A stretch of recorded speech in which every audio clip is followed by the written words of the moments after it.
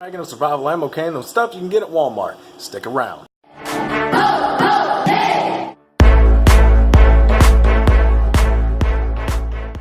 What's going on, everybody? Welcome back to another episode of Primal Tactical. So, as you saw in the beginning of the video, I said that I was going to go to Walmart and I was going to make an ammo can survival kit out of just a couple of supplies that I could get in the camping section there at Walmart.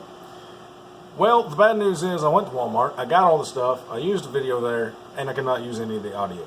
It completely just, it didn't work. It wasn't working out good. So I'm going to go over a quick review of everything while I'm here in the shop. So the first item that we picked up while we were there was our ammo can. It is a plastic ammo can made by Plano. It is $4.88 at Walmart. It's really weather resistant, actually. The lid of it has got a black plastic seal all the way around there. So I haven't done a dunk test on it. I haven't put it in the bathtub, filled it up with water, dunked it down to see if it actually holds water. But for normal weather conditions, I believe that it would hold up really, really well. So that's what we're going to use as our base.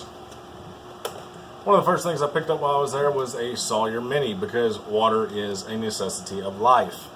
The reason I went with a Sawyer Mini and not with a Life Straw is because I've actually used one of these personally, and they work exceptionally well, and they have a lot more versatility in them as what you can do with them. We'll go ahead and open it up and I'll show you exactly what I'm talking about. So this is the filter itself. It weighs in at a whole whopping 2 ounces, so it's not really that heavy. It does tell you which direction your flow is, and it is reusable up to 100,000 gallons, which is a lot of water. So it'll last you a long, long time. Next item that comes with it is a 16-ounce pouch that you can grab the water with. It does have instructions all over it to tell you how to use it, how to back flush your filter, also how to use it for long-term storage. Other two items in here are your straw and your plunger. Straw is used so if you have like a puddle there, then you can use it. Very similar to live straws, or if you put it inside of a container, then you can get it out of there. Plunger is used for back flushing your filter. After a while, it starts to not flow nearly as good, so you back flush it, get all the goop and the gunk out of there, and you'll have sand and debris and just all kinds of different things in there. So whenever you flush that stuff out of there, it's back to, I would say, 90% of whenever you got it brand new. I'm not going to go into a full video on how this thing works because the instructions on it are pretty clear. If you want me to, leave a comment below, and I will go into a full video on it and actually show you how to use it.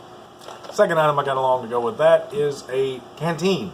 It's a little 1 liter pouch, and it allows you to keep at least a liter of the water that you have already flushed and keep it good, separated from your dirty water so you don't get the two mixed up. And here it is, fully unpackaged. It's got a little carabiner on there that you can clip onto either side of it. It'll work. Next thing I did, I said, self, we're going to need something to create a fire with. I went ahead and I picked up some waterproof and windproof matches instead of a mag bar. They're a little bit simpler to use. It's $3, comes with a 25 pack and 2 extra strips on the side that you can replace. Because we live in the 21st century and I like simplicity, so these are a lot easier than using a mag bar. Whenever you open up the packaging, you'll immediately find that these two items find out. These are actually the matches, and these are the extra strips to strike the matches on. Whenever you open up the cardboard box, they come inside of a little plastic pouch. Keeps some of the moisture out, keeps some of the water off of it if it does get wet. They look a little bit different than your household kitchen match. That's because these will burn up to about 15 seconds. So now we've got water and we've got fire. We're going to need some kind of a shelter. So I went ahead, picked up 50 feet of 550 paracord. This stuff is extremely versatile. It allows you to create a shelter, create snares and traps. So inside of each piece is 7 different individual strands. It allows you to take this stuff and make fishing line out of it, make sutures out of it.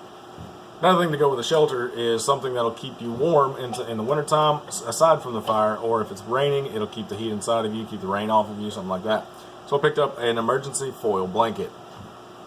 I'm also throwing in there a cheap $1 flashlight because lighting is something that is essential whenever you're out in the wilderness. And I'm also putting in 2 chem lights. The reason I'm putting in the chem lights is because flashlights are electronics. Electronics at some point will fail. Whether it's because of the water, whether it's because the batteries die, there's a bunch of different variables. But chem lights are going to work in just about every situation. Now you're probably saying to yourself, well, what about food? Food's important. You can only go so long without eating something. That is true. That is why I've got 2 different items to help us out with that. The first item I picked up was an emergency rations food bars. Inside of it, about 6 bars. They come in at about 400 calories a piece. That'll give you 2,400 overall total calories. And the reason I'm putting this in here is because we're making an emergency box. And it allows me a little bit of leeway. You know, if I get started and I'm already hungry and I'm running low on energy, trying to set up all this stuff is just going to burn that off even faster, and it's going to be a long, drawn-out process. And if I don't have to use it at the time, it has a 5-year shelf life. So I can push that farther back to where I do get into a bad situation, then I know I'm at least covered for a little while. Second item I picked up for that is the pocket shot. The reason I'm going with this tool is because of a few different variables. I'll assume in these kind of situations you may or may not have a pistol, may have a rifle, but ammunition is going to be scarce. It allows you to pick off small game like rabbits, squirrels, that pesky cat that keeps going through your neighborhood, just things like that. Don't do that, I'm kidding, okay? Has a lid over the top of it so you can store your ammunition inside of it. It packs up extremely tightly and fits nicely inside of there. I went ahead and also picked up some ammunition for it. These are 1/2-inch glass balls. You can use steel ball bearings. You can use these glass balls that come from Walmart made for slingshots. You're going to want some kind of a knife, and a fixed blade would work extremely well in these situations, but I personally went with a 17-in-1 multi-tool. It does have a small knife in it, but it also has a saw, it has files, it has the pliers on the end of it, and allows you to do a lot of versatile things. And last but not least, we have a first aid kit.